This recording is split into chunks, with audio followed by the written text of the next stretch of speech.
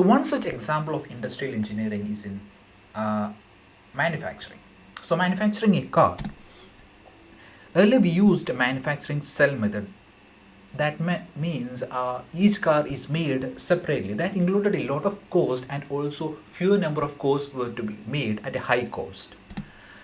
Henry Ford transformed the car manufacturing system by introducing the assembly line method because he was inspired by the cattle slaughtering method used at that time.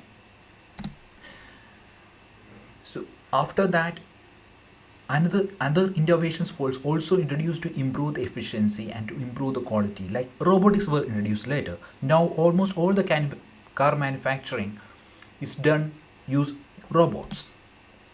And next we have Toyota production system practiced at New India Motor Manufacturing at Fremont, California. It was later known as the line production system. See, Toyota manufacturing system or the production system helped in increasing the reliability of the products for which Toyota is known. And this is one early example of assembly line method used in Ford manufacturing plant. And this is a modern car assembly plant where you use a lot of robots and automation. See, another important application is in service industry, that is in Disneyland. Disneyland is one place where they hire a lot of industrial engineers. See, in Disneyland, one of the main problems they faced was the overcrowding. So they tried to solve using a method called take a number virtual waiting line. Because in order to avoid a long waiting line or a long queue, Disney introduced a method called FastPass. By FastPass, they are creating a virtual line. A customer can get a FastPass ticket and can reach the ride between a specified time. Here it is between 12:55 p.m. and 1:55 p.m.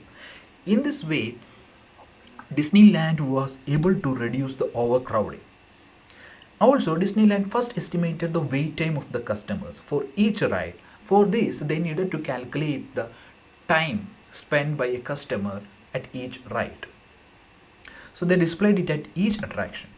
Disneyland then displayed the estimated wait times at the entrance and other strategic locations so that people can see that and can select the ride or move to another ride.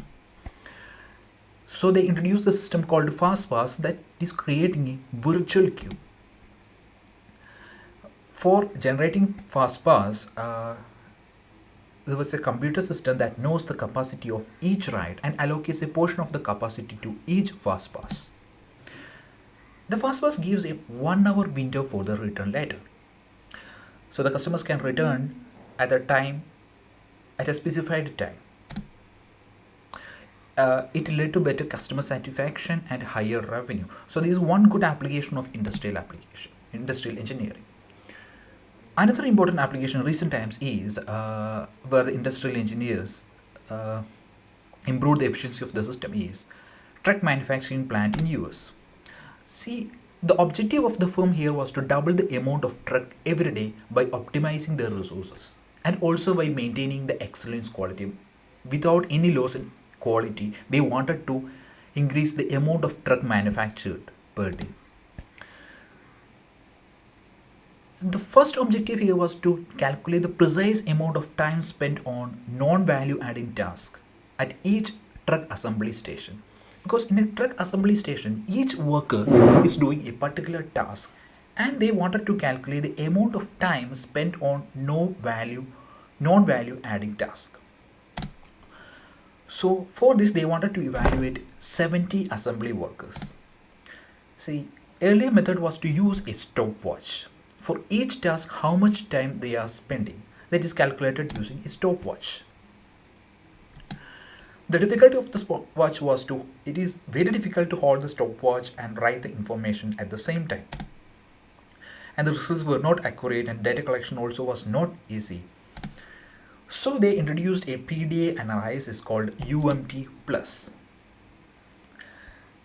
This is almost like a mobile, by which they were able to calculate the time required for each task. You can see here the production, delay, mission, transport. They can easily use the PDA to calculate all these times, and this data was later uploaded to computer without any data entry. And employees also like to see the PDS than a stopwatch.